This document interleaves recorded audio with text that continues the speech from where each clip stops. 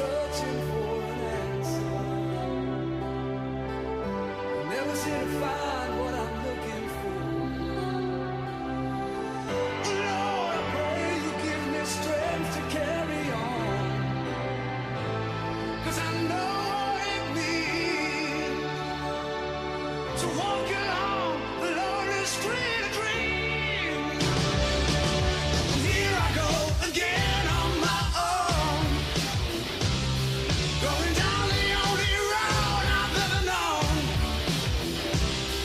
Like a drifter, I was born to walk alone. And I've made up my mind. I ain't wasting no more time. I'm just another heart in need of rescue, waiting on love's sweet charity. And I'm gonna hold on for the rest of my days, 'cause I know what it means to walk along the lonely street of dreams. And here I go again on my own, going down the only road I've ever known. Like a drifter, I was born to walk alone. And I've made up my mind. I ain't wasting no more time. But here I go again. Here I go again. Here I go again. Here I go.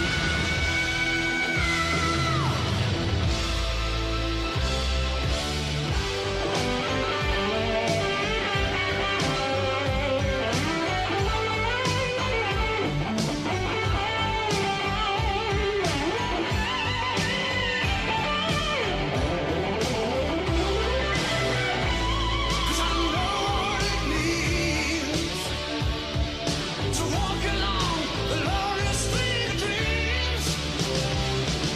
And here I go again on my own, going down the only road I've ever known. Like a drifter, I was born to walk alone. And I've made up my mind. I ain't wasting no more time. And here I go again on my own, going down the only road I've ever known. Like a drifter, I was born to walk alone. 'Cause I know what it means to walk along the lonely street of dreams. And here I go again on my own, going down the only road I've ever known.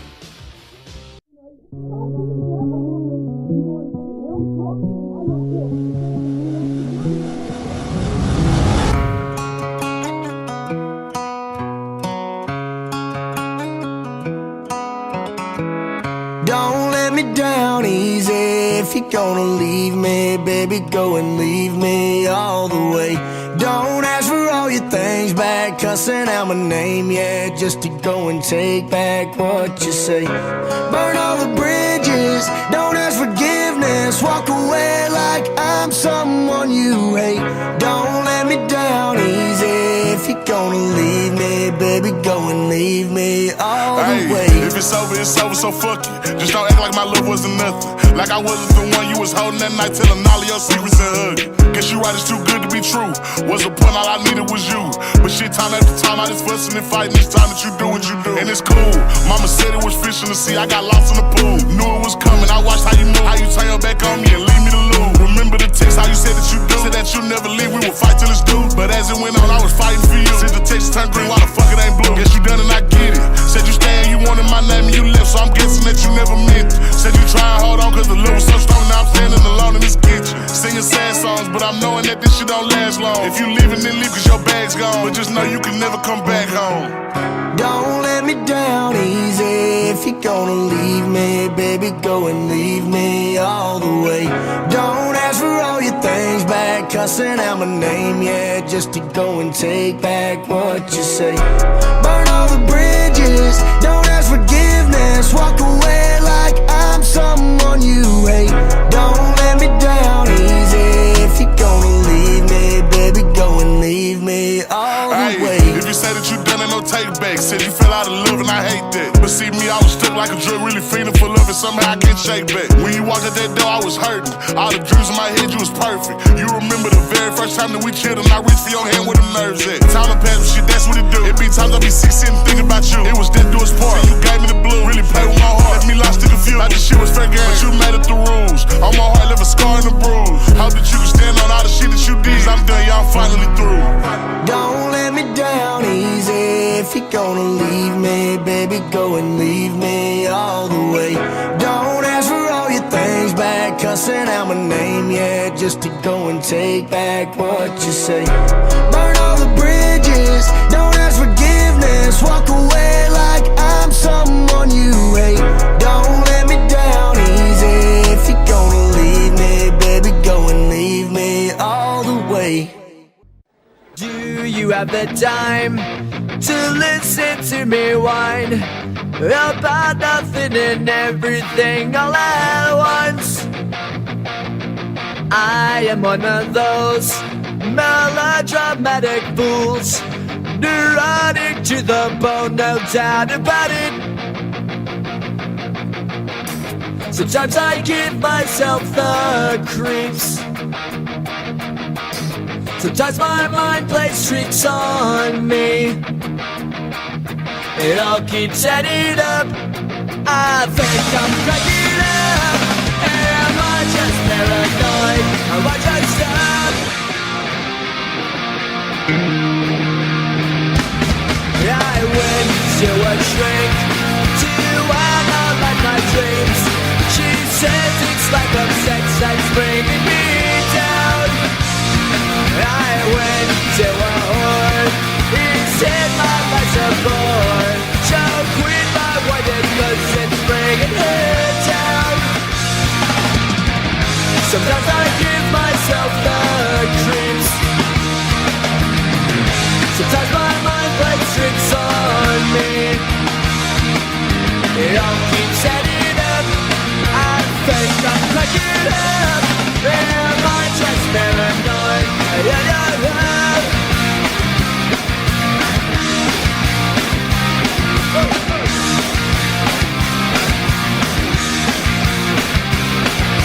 Grasping to control, so I better hold on.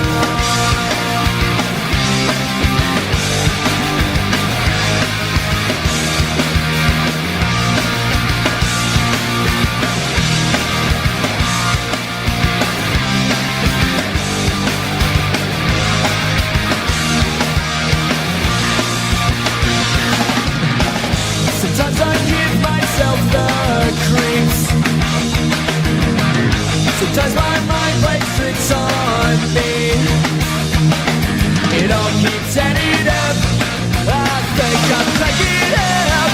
Am I just paranoid like a son?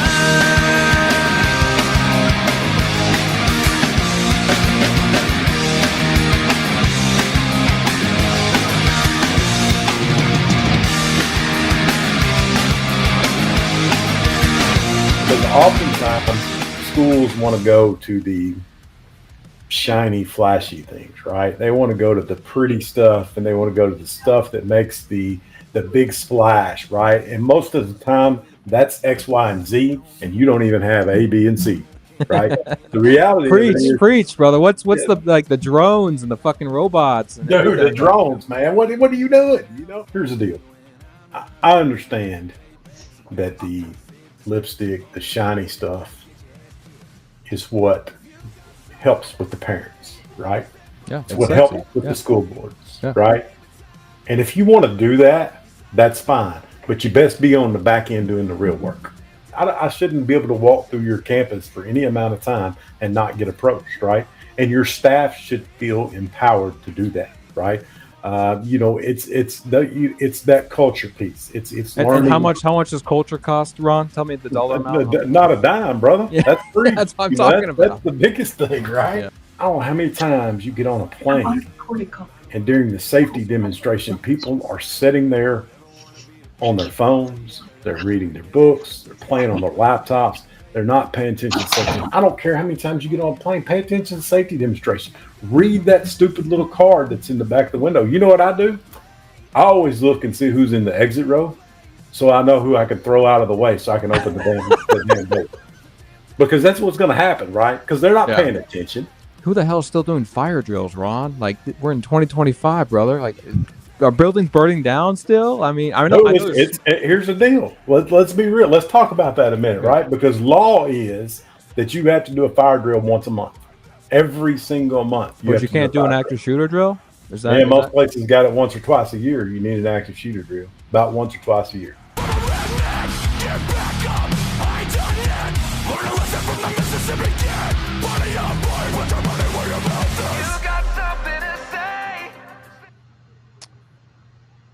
All right, welcome everyone to SVIP Live. I'm excited because we have another great end user and guest on SVIP Live. My name is Taylor May. I'm the founder of SVIP Security VIP.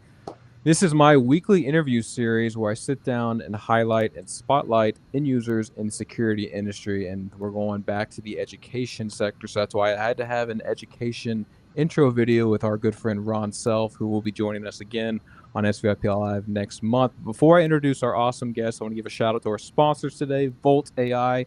Go check them out. I've got a QR code listed on the screen here. You can check out exactly what Volt does. They got some really cool technology around threat management, threat detection. And if you're not a subscriber yet of SVIP, what the hell are you doing? I've got a QR code right next to my head here. Make sure to scan that QR code and become a subscriber of SVIP. But ladies and gentlemen, I'm so excited because today I'm featuring the Chief Technology Officer of Springtown ISD, Mrs. Amanda Lanicek. And Amanda, welcome to SVIP Live. How are you? I'm great. I am so excited to be here. I'm excited to have you because you are the first female, by the way, on my SVIP What? Live. Yeah, I know. Why? Surprising. That's a great question. I reach out to a bunch of females, I've got a list. I've got a list for you. Send them my way because I want to promote obviously our females because I mean my wife started in the construction space and she was another industry that's male saturated, so we need more females in the space. It is true. It is true. My colleagues always joke when I go to technology conferences. They're like, "Are you the only female there?" I'm like, "No, there's more. There's more of us." Yeah, we got to find more Amandas out there because the reason, guys and girls, why I wanted to have Amanda on SVIP Live, because if you're not connected with her yet on LinkedIn, well, you should be.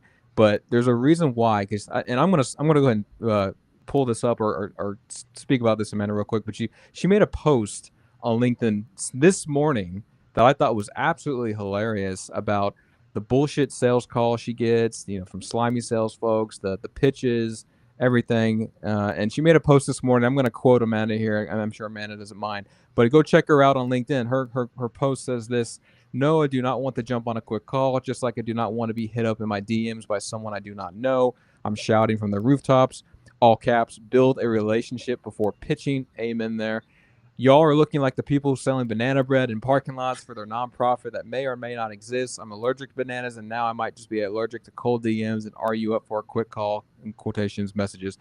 I fucking love that, Amanda. Number one. But you want to tell the people why you went ahead and made that post this morning? Yeah. So it's consistent in my DMs on LinkedIn. The immediate, you accept a connection and then there's a DM and then there's a DM the next day and the next day just pitching whatever their product is. Can you jump on a quick call? Here's a link to my calendar. Like, no, I don't even know who you are. I don't want to jump on a quick call. I am actually allergic to bananas. Someone did ask, like, are you really? I'm like, I am. And it's sad because I hear that banana pudding is fantastic and I'm allergic. It is. But yeah, it's just, to me, it's bad sales practice. And I don't know why or who decided to tell people and in sales and marketing, like you should hit up people on every channel possible without first building a relationship.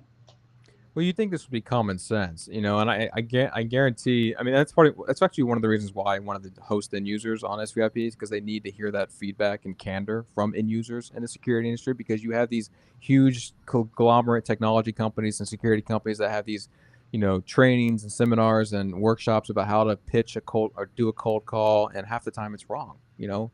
They don't talk about that humane element or that human relationship that you should develop before you pitch a solution or a product. It's not in there, but you think it would be common sense in 2025, but it's still obviously not. Yeah, no, not at all. Or the persistence of it. Like give someone time to respond before hitting them Amen. up again and again and again.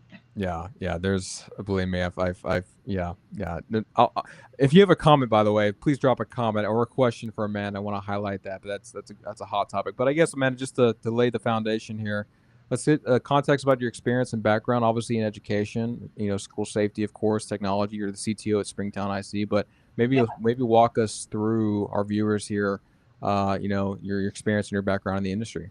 Yeah. So got here in a very, odd way. I was a teacher first, never planned in my life to be a teacher. My bachelor's was in psychology, never thought I'd be a teacher. Ended up being a teacher, taught high school, then taught elementary, and then went into being a digital learning coach and then an instructional coach. And so just kind of got into the ed tech stuff pretty heavy. And then from there, I became digital learning director, and then was here at Springtown. And our CTO that had been here 26 years was retiring, and my superintendent had all the faith in me that I could do the job. So he hired me as the CTO, and not gonna lie, I think when I first was like talking to the technicians about switches and stuff, I'm like, does it turn off and on? Like I didn't know anything. So I met someone that was another female CTO in a very large district. And she said, you know what you need to do? You need to order the book Networking for Dummies. And I did. And it was very helpful. So got here, backwards way, but have been learning everything that I can and doing a lot of things in the district that were needed. Very passionate about cybersecurity and protecting our student and staff data. And so we were one of the first in Texas to do that. Our state offered a free cybersecurity assessment for schools that were under 50,000. And we were the first school district to do that. And it was very surprising. And it really opened our eyes and allowed us to, kind of lay the groundwork to get our organization a little more secure. Cybersecurity is such a hot topic, and for so long, Amanda, we the physical side of the industry and the cybersecurity side of the industry, they never really merged. I think as much as they are today now. And now on the physical side, I see a lot of cybersecurity elements converging with physical security offerings. So cameras now have cybersecurity elements into it. But when we talk about school districts, and obviously I'm a father, I've got a 2-year-old daughter and just a newborn son, 3-month-old son. And one of the biggest concerns that I see now with cybersecurity, and I worked for a short time on the cyber side, was the influence of young children on manipulating or pretending to be their parent or relative. So deep fake technology, right? We talk about deep fake technology, and I've said this before countless times, Amanda, but for so long I was trying to find a solution that would help maybe authenticate a deep fake and say, hey, this is not actually Amanda, impersonating a parent or whatever. And obviously there's trainings, there's education that's helpful, don't get me wrong, but I came across a company called Swear, SWEAR, and they actually have a solution that will tell you, hey, this is not legit. It's it's AI, everything. And so obviously want to show you that technology. There's a lot of patents around it. They're very, very young, very, very new. But when I first saw that, I was like, you think about content, you think about media, you think about the narrative you see on news, being able to authenticate pixel by pixel, frame by frame, and say, hey, there's something off there, something missing. It's not true. It's not legit. So I think it's huge because you look at the children that are being taken advantage on sex scandals and sex offenders on the dark web. You've got casinos getting hacked over a voice line. I know MGM got hacked over a voice line for hundreds of millions of dollars. Right. So the cyber element's huge now in 2025. Yes. Well, and I mean, there's so much. Like we've had a few incidents with payroll and direct deposits being changed, or emails coming through as someone that they're not, and things like that. So that would be awesome to have something because it's a matter of time before we start getting phone calls pretending to be people. Unfortunately, education is an easy target because our sector we don't have the financial backing to hire huge cyber teams. My team is me and 5 other, I have 5 repair technicians. So we really rely on vendor partners. So that would be awesome to learn more about Swear and maybe start using them. Yeah, I mean, It would be cool to have had this technology when I was a kid. I would have probably called in as my mom for attendance and never went to school. Well, yeah, and Yeah. the cool thing with students, Amanda, you probably know this, obviously being around students 24/7 is the cool thing is to be a black hat. Yeah. I want to go hack things. Yes. But it's like, if we can convert those children to cyber patriots and say, Yes. hey, if you want to take your evil, ness to be on a positive side, it's a better flip Right. of the script. But it's funny you mentioned that, and obviously I completely understand the lack of resources, understaffed, underpaid. I had Christopher Carr, who's the information security advisor at Fort Bend ISD, one of the large districts down in Houston. He said the same thing. Said we obviously do trainings. We try to convert the kids to be cyber patriots. We host, inside groups and get them involved as early as we can. Because I think going back to what Ron said in the intro video, building that culture is free.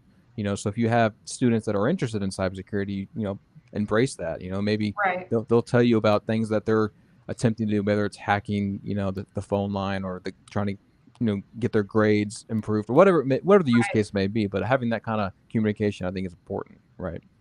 I agree too. Yeah, that and a lot of them want to show off, so they want to tell you, like, Yeah. look how I circumvent, whatever it might be. So definitely tapping into those young minds.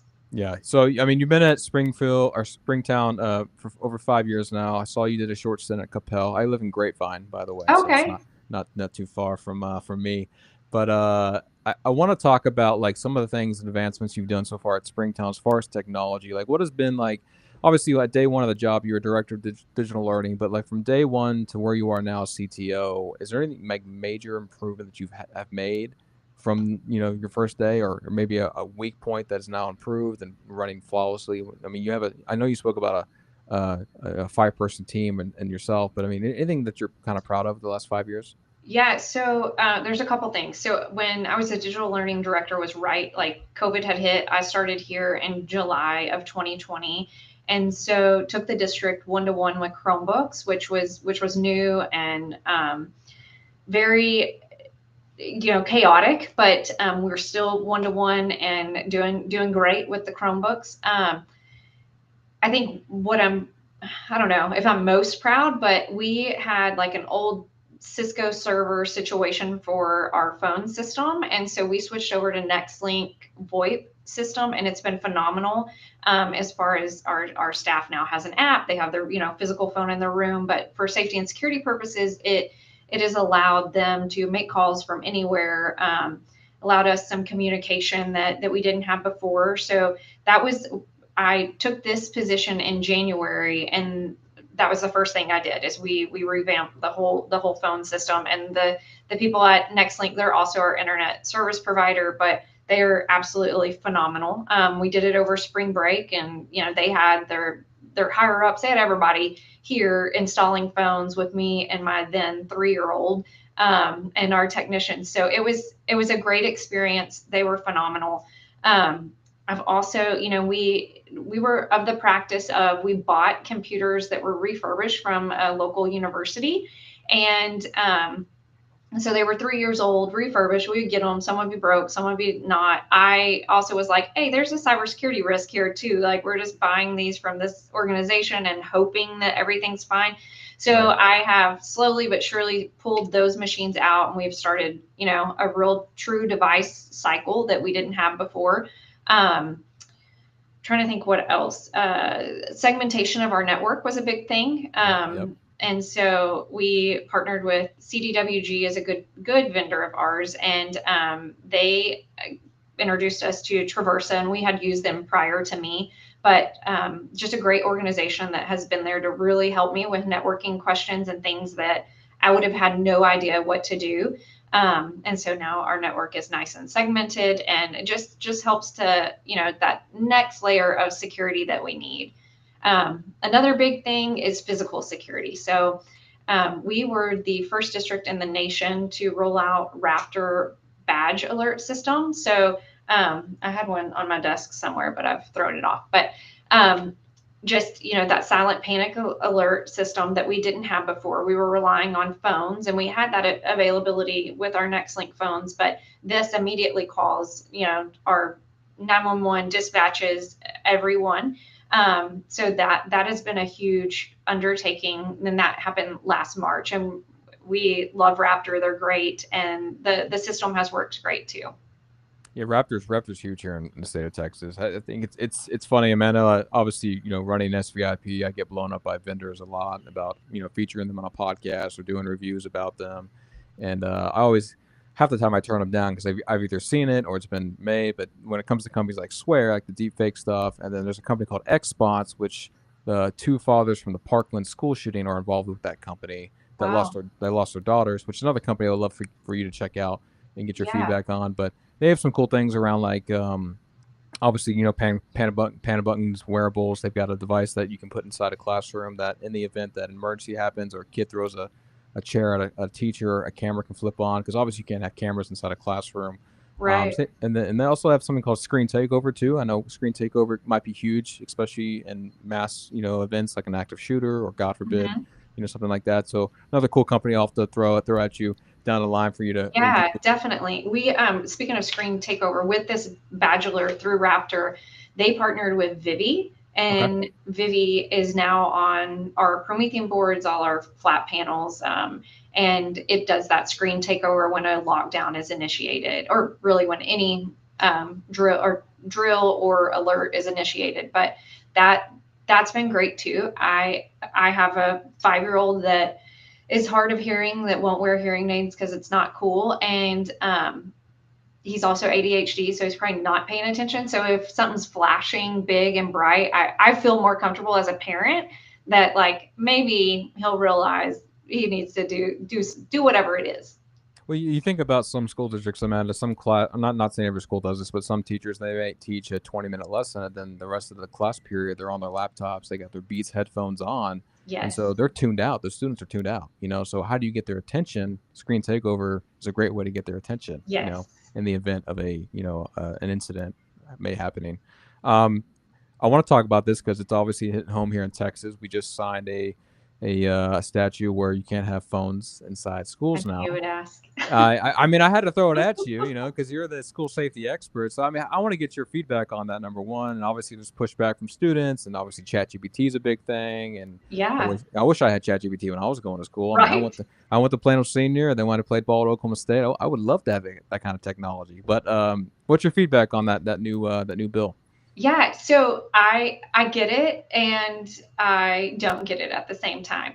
I am all about kids, being engaged and not being on the phone. And it's an addiction. Like, Yeah. I'm addicted to my phone, but also at the same time, I'm not cool with the magnetic bags. I don't like that idea, because in the event that, say, you're in a classroom and your teacher goes into a diabetic coma or faints or has a heart attack, and that could have been that second that someone could have called 911 before they got to the actual classroom phone. And let's be real, how many of our students even know how to use a desk phone?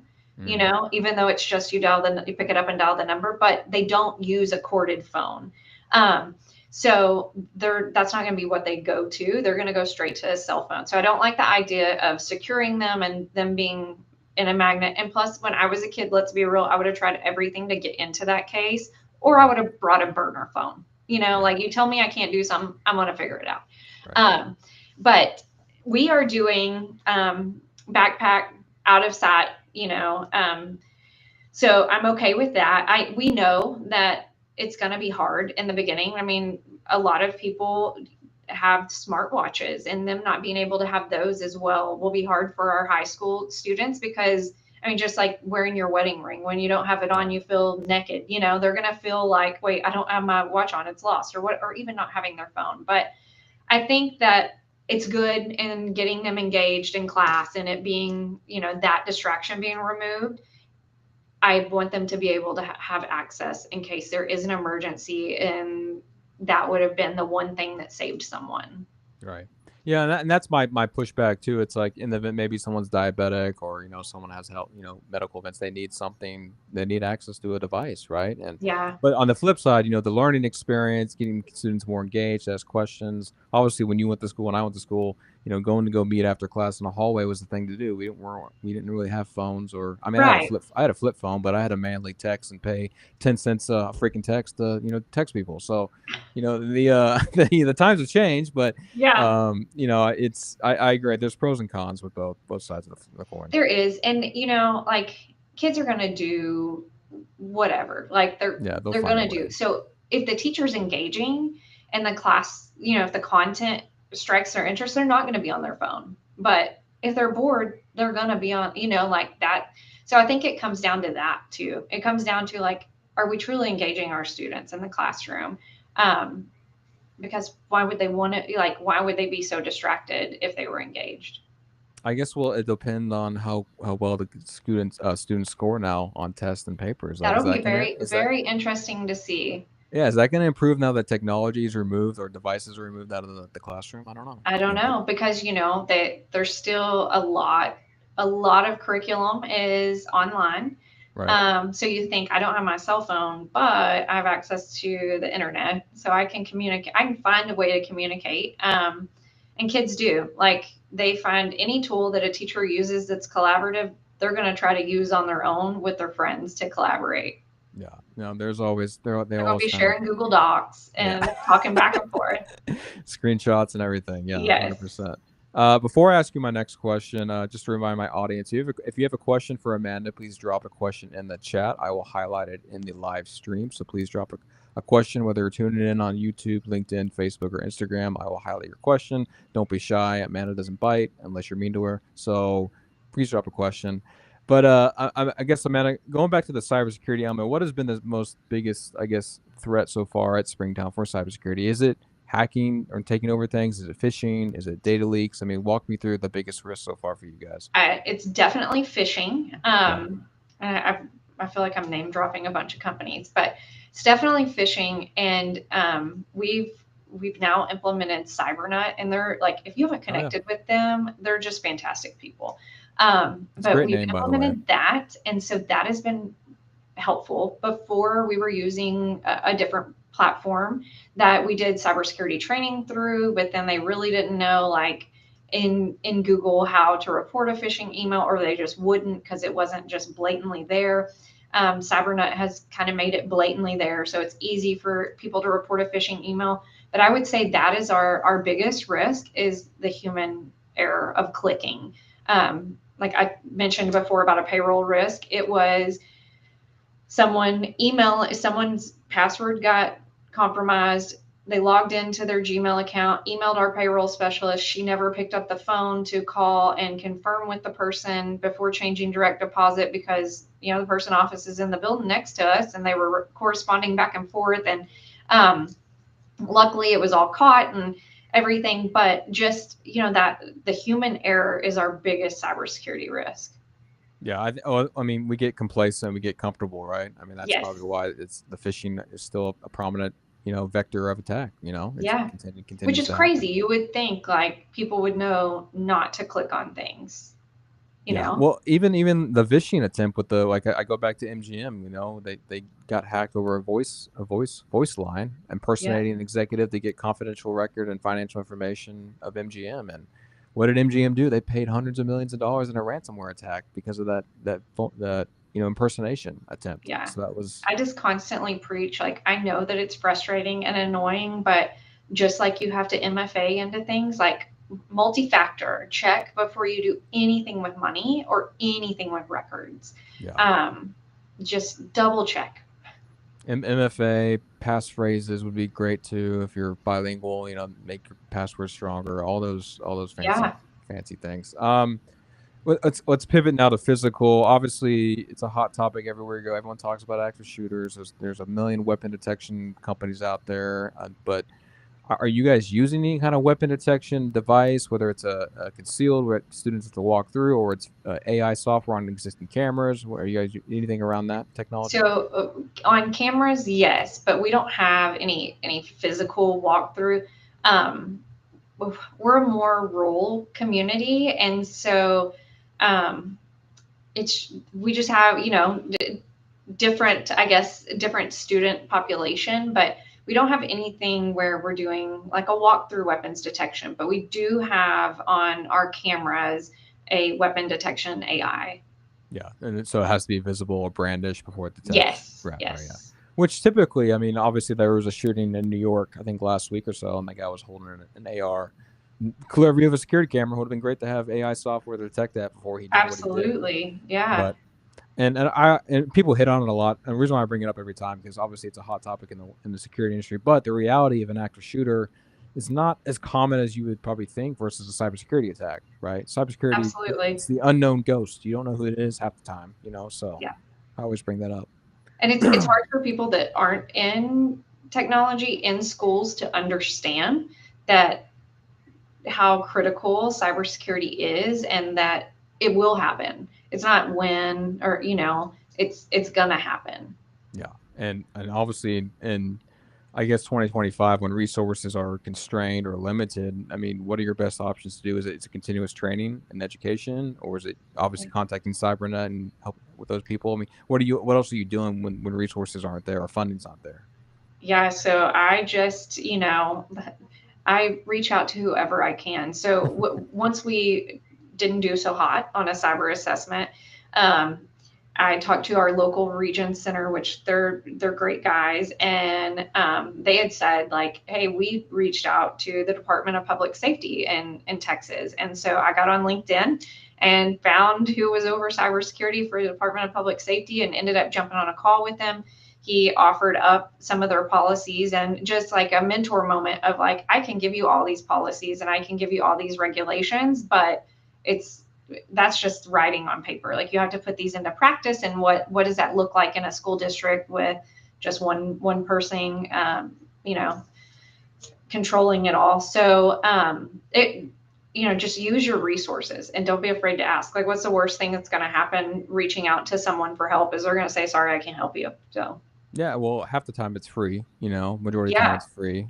Planning's free, so counsel's free. So why not, do your due diligence? But I think, Amanda, the reason why, not to discredit end users, but some end users are more proactive than others, and sometimes others don't do their due diligence to do the outreach or, uh, counsel with other ones. And some people are just like, no, they're complacent, they're stuck in their ways, and they think they have this mentality, oh, it's never going to happen here. But, right.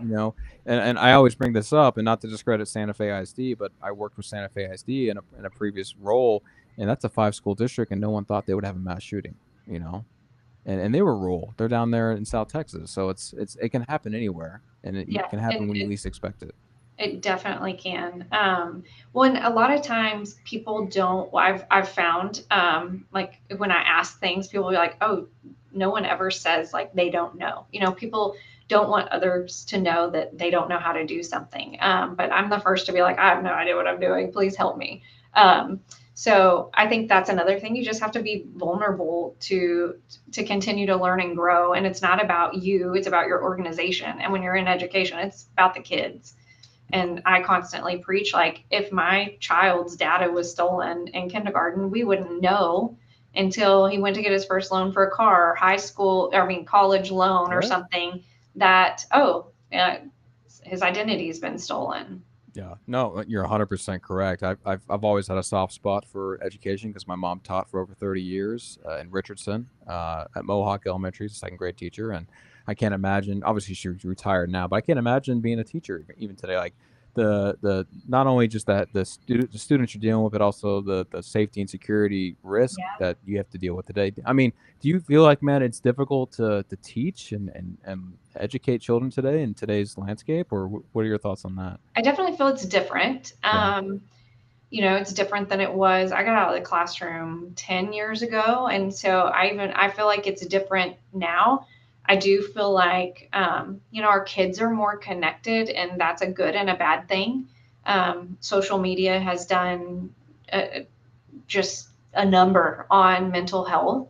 And so I think that it is a little more difficult to reach kids because they want like instant gratification. You know, it's like that gaming mentality, the social media mentality, like they need likes. And so I think it's harder to reach them, but I think once you reach them, that that it's easy to connect with them. But I think it all goes back to just like we talked about with vendors and building relationships. Like, as cliche as that sounds, if you build a relationship with a kid, like just asking like, hey Taylor, how was your football game this weekend or whatever, you would be like, wait, she knows I play football? Like, oh, she knows that I play soccer on the, whatever it might be. Or how's your little brother? Or how was lunch with whoever that you saw them eating lunch with? Like, just personalizing your job and connecting with kids goes a long way.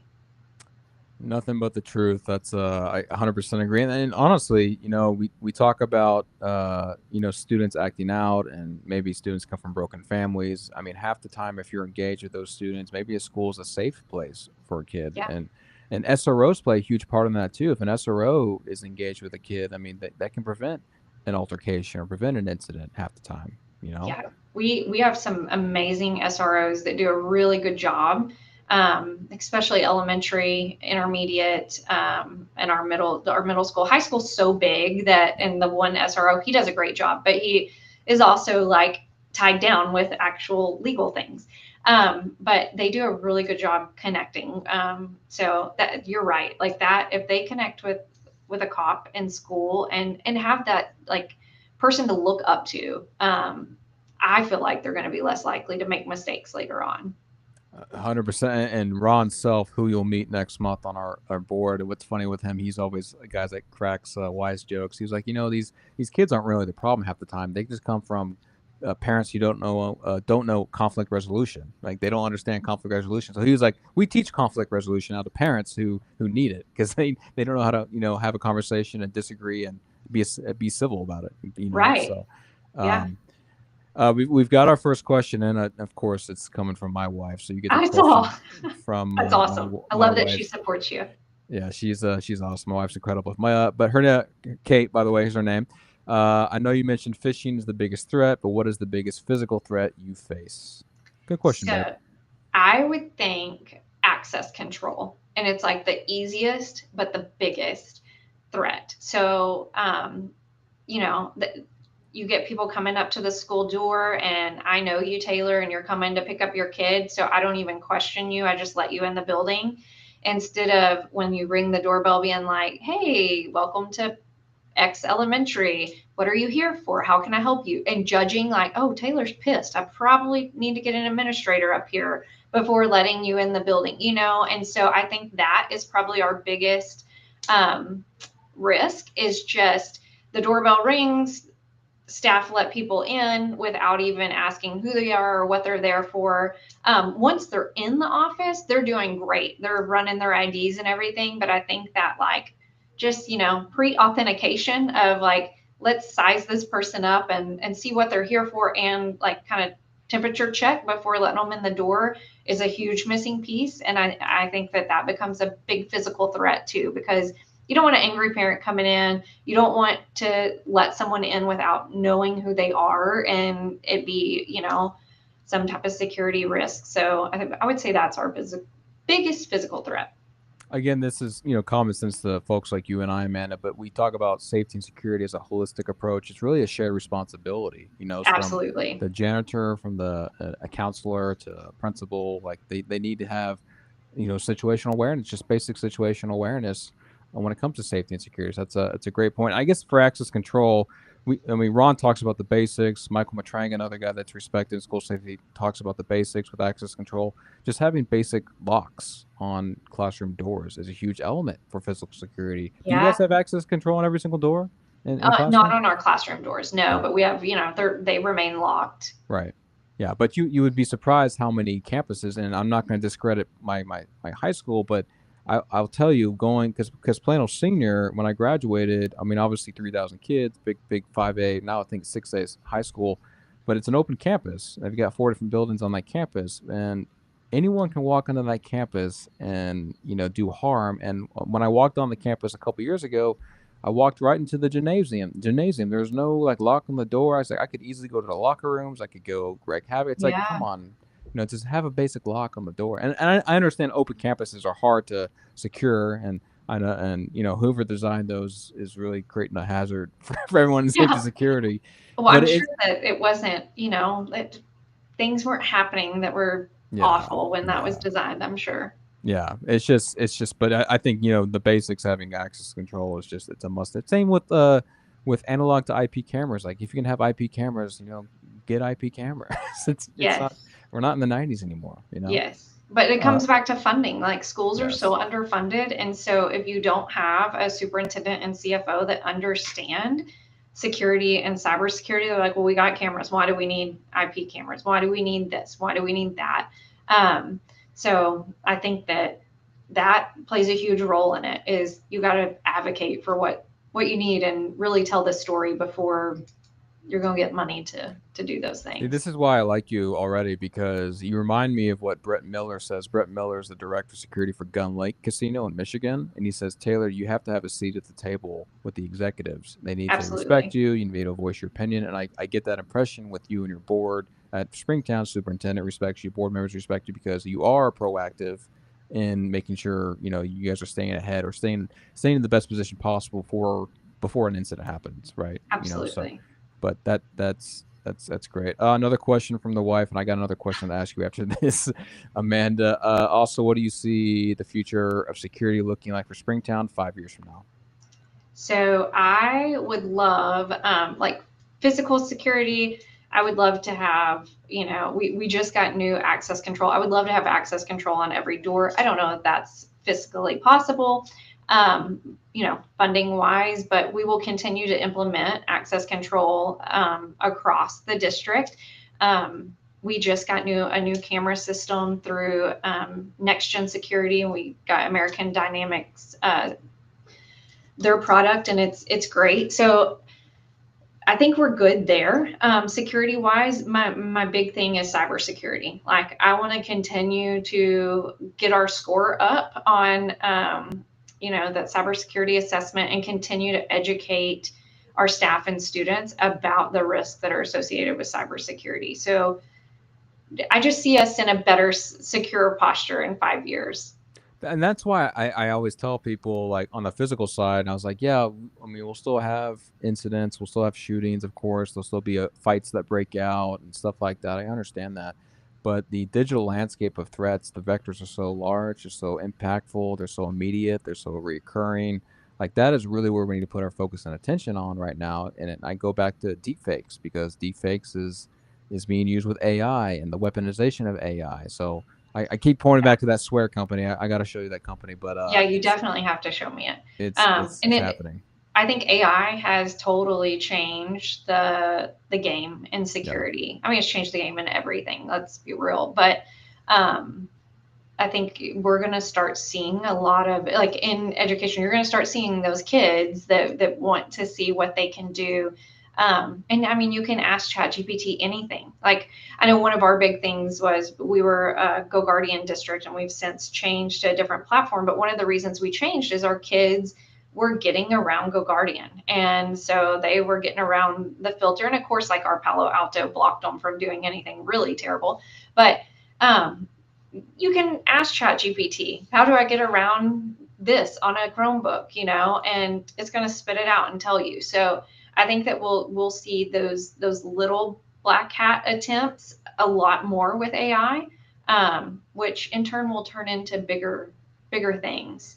Yeah, I mean, and I hate when people say AI too now, because every conference I go to speak at or exhibit Oh my at, God, makes me it's a sick. buzzword, right?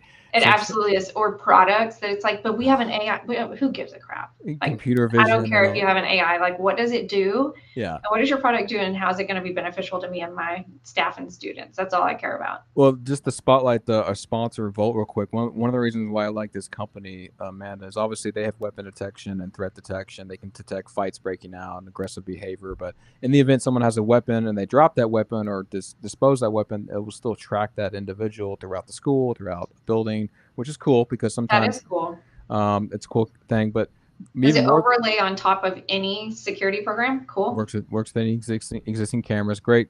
Again, I can show you these guys. Yeah. But I the mean, we're reason just why gonna have a list after this. All yeah, the I demos. know. I get blown up all the time. But the reason why I like them a lot is because obviously, maybe not as important to you, or maybe you have to do this, but incident reports sometimes are manually done. You type them out or handwritten them. Well, the Volts technology writes the incidents in real time through LLM technology like a ChatGPT. So in the event that a weapon is shown or a fight breaks out or someone is on the ground, they also do like medical alerts with students that may be on the ground. It will literally write out the incident report in real time, so you don't have to do that after the fact, and you can share that with whoever.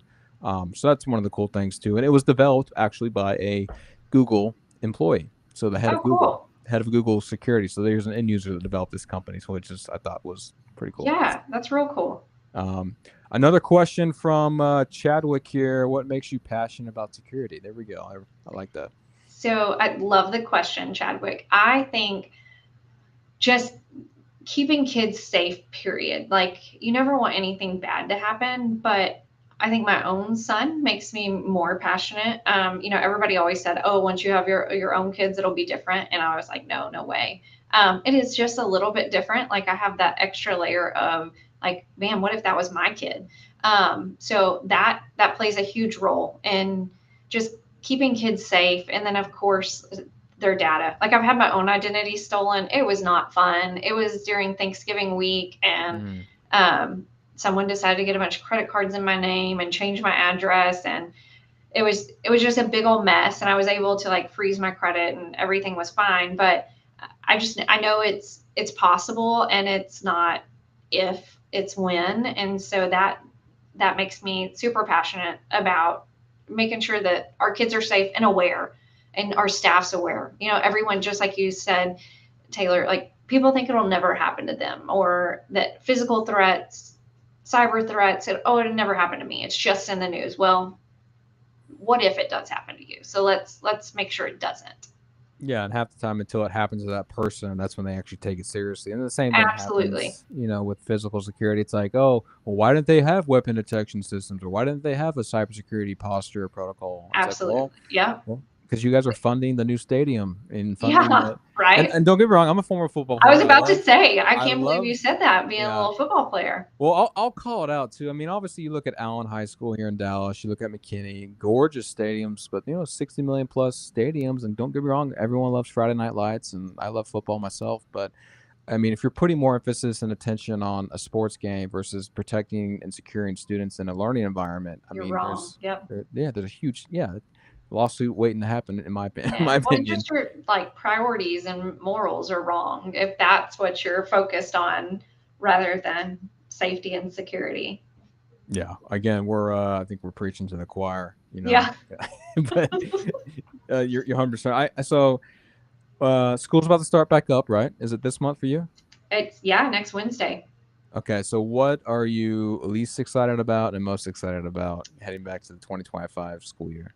So I am excited for the kids to come back. I'm excited to see how our teachers use. So we're piloting Gemini being the only LLM that's used in the district, just because of Gemini's protections within Google Workspace. And in case they do try to put something crazy in there, it's semi-protected. Nothing's ever really protected. Let's be real. But so I'm excited to see how that goes. I'm also excited to see like what our kids do, and really like what black hat activities go on. Like, it's always like, that's terrible to say, but I like to see like, what have they been up to? What do they go around? But I'm super excited that we now have the badge alert on all campuses. So I'm excited to see how teachers utilize that. Hopefully we never have to have a lockdown, but we also have the ability to do like 3 clicks on the badge, and it's a like, I need help thing. And so principals can get called. So how that plays a role in safety, as far as if there is a fight, or if there is something that a teacher can get someone immediately without having to like make a phone call. Do I have services? Did my text go through? All that. So those are things I'm excited about. I'm not excited about that. I told y'all, like, I'm a one-woman show, and then I have like my 5 technicians. They do fantastic. But as far as like, I do all our rostering, all like our instructional resources. I just have a list. Like right now, I think I have 208 emails that I'm working through today, and I am like crazy about emails. I have to get them down. I can't like leave. So that's what I'm not excited about. But I feel like you need an EA, Amanda. You need an executive assistant or something. yeah, I do. But then like I also am a little bit controlling. I hate to Could admit you that. have like a student, like intern or something, or like a I mean, I could, but then at the same time, I'm like, but I have to have it done right, So yeah. then it would take time to teach them Yeah. to Okay. do it right. And by the time I taught them, I could have just done it myself. Right. So I told you I got a problem. I'm a little controlling when it comes to that stuff. And Right. plus, when it's dealing with like any type of safety or security stuff, like rostering, like I don't want student data accidentally sent somewhere it shouldn't go. So yeah, Yeah. I Always should somewhere. give it up. I'll work on that. That'll be like my school year, new year resolution. And typically, when you do improvements for Springtown, it's typically summertime. Obviously, Q2, Yes. Q3. Yeah. Okay. Yeah. Yeah. That's what I was I figuring. get crazy and roll stuff out in the middle of the year, and teachers go crazy, but it's, sometimes it has to happen. Well, people look at school districts. Obviously, my mom taught for 30 years. Obviously, she got, Thanksgiving, Christmas, spring Yeah. break, 3 months off in summer typically. But people that are principals or CTOs or director of safety and security, that's still a year-round job. You don't get Oh, time off, absolutely. Yeah. I Like, love when people are like, oh, you're in education, you get summers off. I'm like, no, it's like, summers are the shut the fuck busiest up. time Yeah. of year. Yeah. The absolute busiest time of year. Yeah. I did saw that you took a vacation though last week, which I'm Yeah, I glad was to about to see. mention that. My husband, who obviously doesn't know what I do, decided to book a vacation last week, which was when our new teachers came back, the week before staff comes back, and really like the worst week for me to travel. It was fine. Like everything went fine. We're still in the midst of installing cameras and access control and all kinds of stuff. I have a great team and they managed it and everything was fine and no one died. But I thought about killing him. Not really. Obviously, this is recorded. I shouldn't have said that. But I was so mad. I was like, what are you thinking? And then at the same time, I'm like, God, I'm so selfish to be like, you took this time to book a vacation for us and our kid, and I'm mad about it. Like, who does that? So I had to apologize and realize that life goes on and that there are people that step up and help me, and everything was great. Well, it's hard for me to even to admit. It's hard for me to slow down too. It's hard for me to Yeah. get some time away. Even my wife gives me, and she'll comment and say the same thing. She's like, yeah, I take Taylor's phone away at night because I just want him to just chill and relax. But because you're always thinking about tomorrow or what problem or what challenge, and you just need to sometimes it's really escape. To get away. Absolutely. You do. So, And like everything will be there. And I mean, really, what's the worst that can happen? Like, yeah. it would probably happen if you were there or not if something bad happened. But yeah, it was nice. It was nice. I did step away from my computer, for a little bit, and so it was good. You came back to 500 emails. Yeah. Oh yeah, I did. It was terrible. I did check my email and try to get them like down, Yeah. and then of course answer as much as I could of like, I'm out of town, but as soon as I get back into town, yeah, I had a vendor call me and, my office phone goes to my cell phone and we were at the beach in South Padre. And they were like, I'm sorry, it's very loud where you are. I'm like, well, I'm answering my phone and I shouldn't have, but I knew I needed to. Drinking Mai Tais at the beach. Leave me alone. Yeah. I was like, I'm sorry, but it was good. Controlled chaos, I'll tell you what. Yeah, always. We got about 10 minutes left, so I do want to encourage our audience. If you have a question for Amanda, please drop it in the chat. I keep pivoting back to cyber. I keep talking about cyber security a lot, but I guess one of the recommendations that I've always thought was helpful, Amanda, was obviously people that have Facebook and Instagram and TikTok, and obviously people that share photos of their kids or their children, or when they are traveling, they tag their location. Yes. obviously the counsel that I've heard is like, look, you can post those photos, you can post your location, but do it like maybe when you get home, Yes. so you're not when you're actually there, and so I got to tell my mom that because she likes to post everywhere and tag exactly where she is. But if someone's stalking her, they exactly know where you are, your location. Yeah, and then it becomes a physical security issue as well Right. as, could be a cyber issue as well.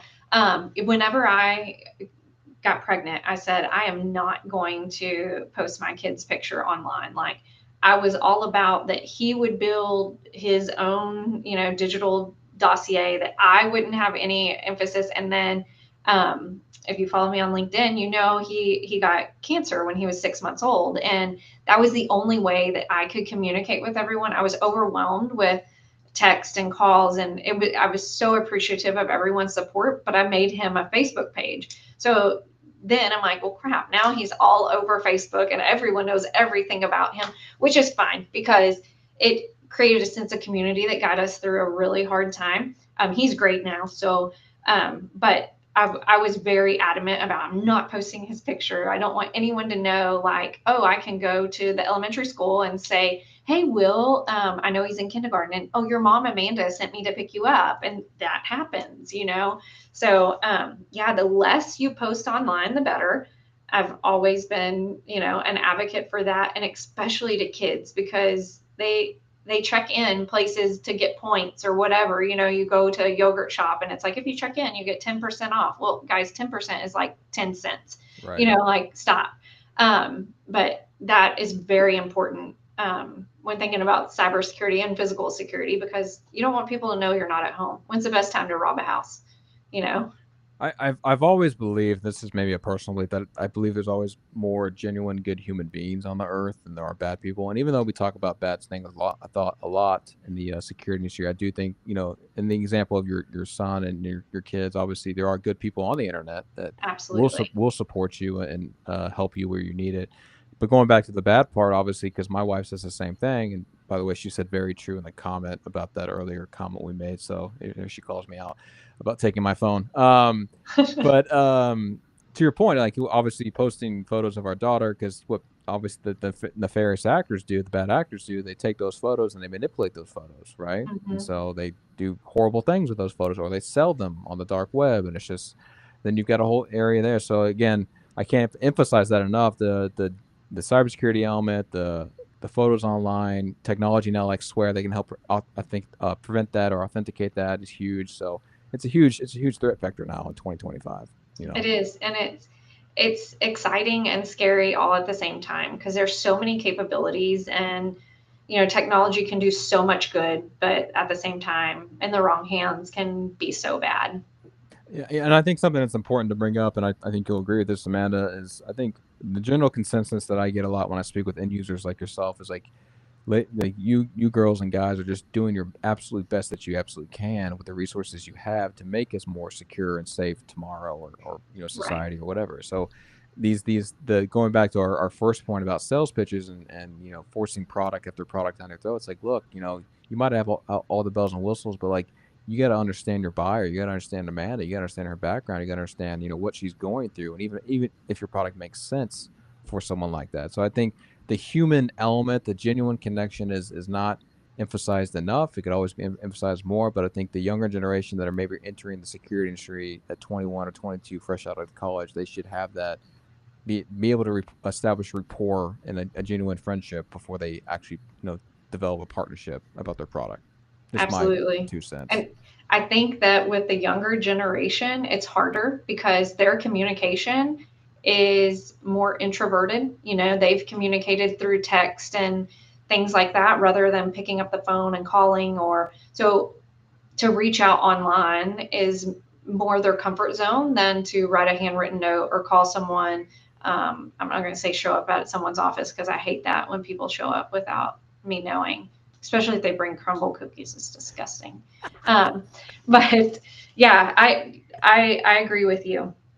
I mean, do kids even still do notes anymore, Amanda and Cole? I know when I went to school, we did notes still. Kids do notes now? They still handwritten I notes? think they do. I think they pass Yeah. notes. I mean, I know we get lots of alerts on them trying to pass notes through like Google Docs, but I'm sure they physically pass notes Yeah. too. Yeah, old school approach. I'll tell you what. Another question from Chadwick. Chadwick, what would be your number one top advice to parents to help keep kids safe at the schools? At the schools. Okay, so to keep kids safe, period, is get them off social media. If your kid has Snapchat, you just get them off right now. Just go rip the phone out of their hands while we're talking. But at schools, I think would be to trust your district. First, find out what they're doing and that they are doing something, and then trust your district that they are doing everything that they can. And then communication with your child to keep them safe as far as who's picking them up, when they're picking them up, those kind of things, I think is the best way to keep your kids safe. But I promise you that your school district is doing everything they can to keep your kids safe. And if they're not, you need to move them districts. Amen. Great advice. So now the questions are popping in. Another, this is a friend of mine, another end user, Amanda. Marty works for Oklahoma Gas and Energy up in Tulsa, Oklahoma City area. So Okay.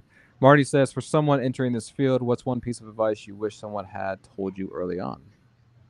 That it is okay to not know everything.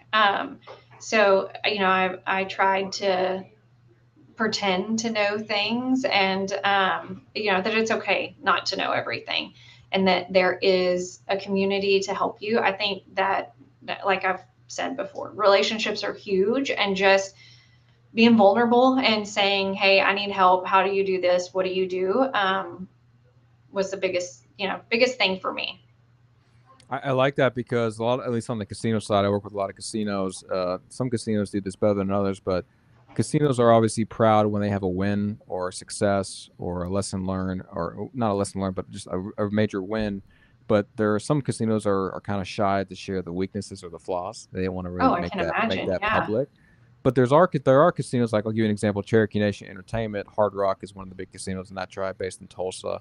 The VP and director are really good friends of mine. I'm having director on SVIP tomorrow, and he says, Taylor, we share with Choctaw and Chickasaw and Windstar and Creek Nation with the other tribes because we want them to know what our failures are or what our flaws are about a certain product or a certain implementation. Like, they should know about that instead of finding out themselves, because we're all on the same team here.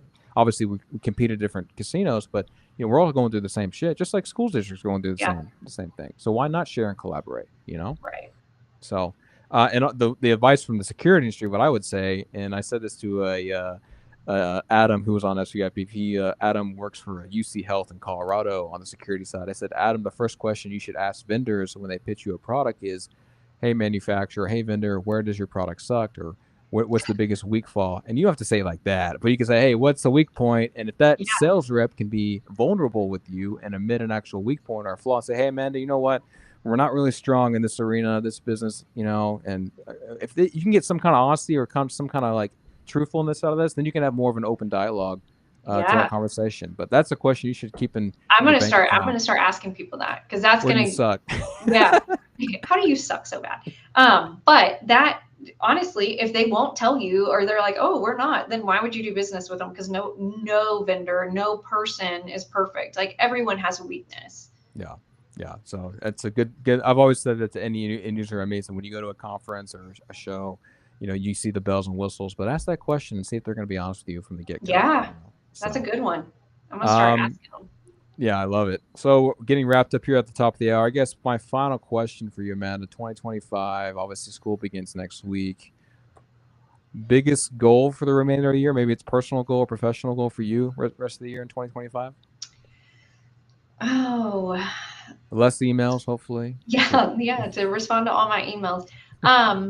I think a big goal for me is just cybersecurity awareness for our staff. Like I said, we have rolled out CyberNut, and just really making them aware of the potential threats. Like, this isn't just a compliance thing that we have to do every year, and being able to, instead of doing just cybersecurity awareness at the beginning of the year and then they don't ever talk about cybersecurity awareness again, I think that CyberNut's gonna help. It's gamified, and so it'll be a continual thing instead of just a one-time training for teachers. So I think that's a huge goal. And then for my own personal goal is to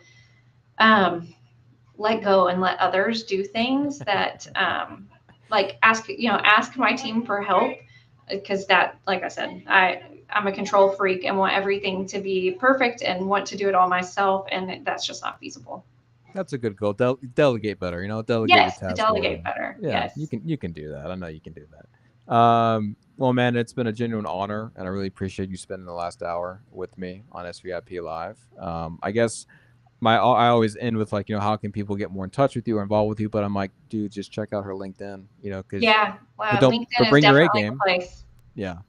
So if you guys and girls are not connected with Amanda Lanicek on LinkedIn, please connect with her on LinkedIn. That's the best way to see her posts, see her counsel, see what she's posting. She gets a lot of engagement, a lot of hot topics too, which I love. Keep sharing that, by the way, Amanda. I love you. Like when you share that early in the morning, it gets me going, it gets me fired up. It's like, Oh, how funny. throw on the pads again. Hit someone. Yeah.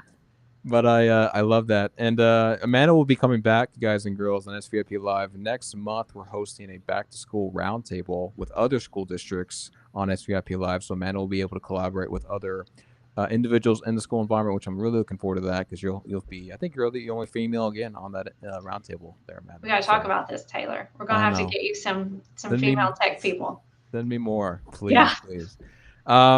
But again, thank you, everyone. Tomorrow we'll be back on SVIP Live. We're featuring John Underwood. He's the Director of Protective Services of Cherokee Nation Entertainment, who Amanda and I spoke about today.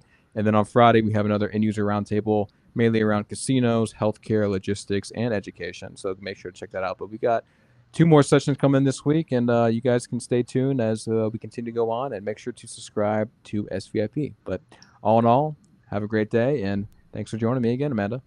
No, thanks, Taylor. It was great. Awesome. Thanks, guys.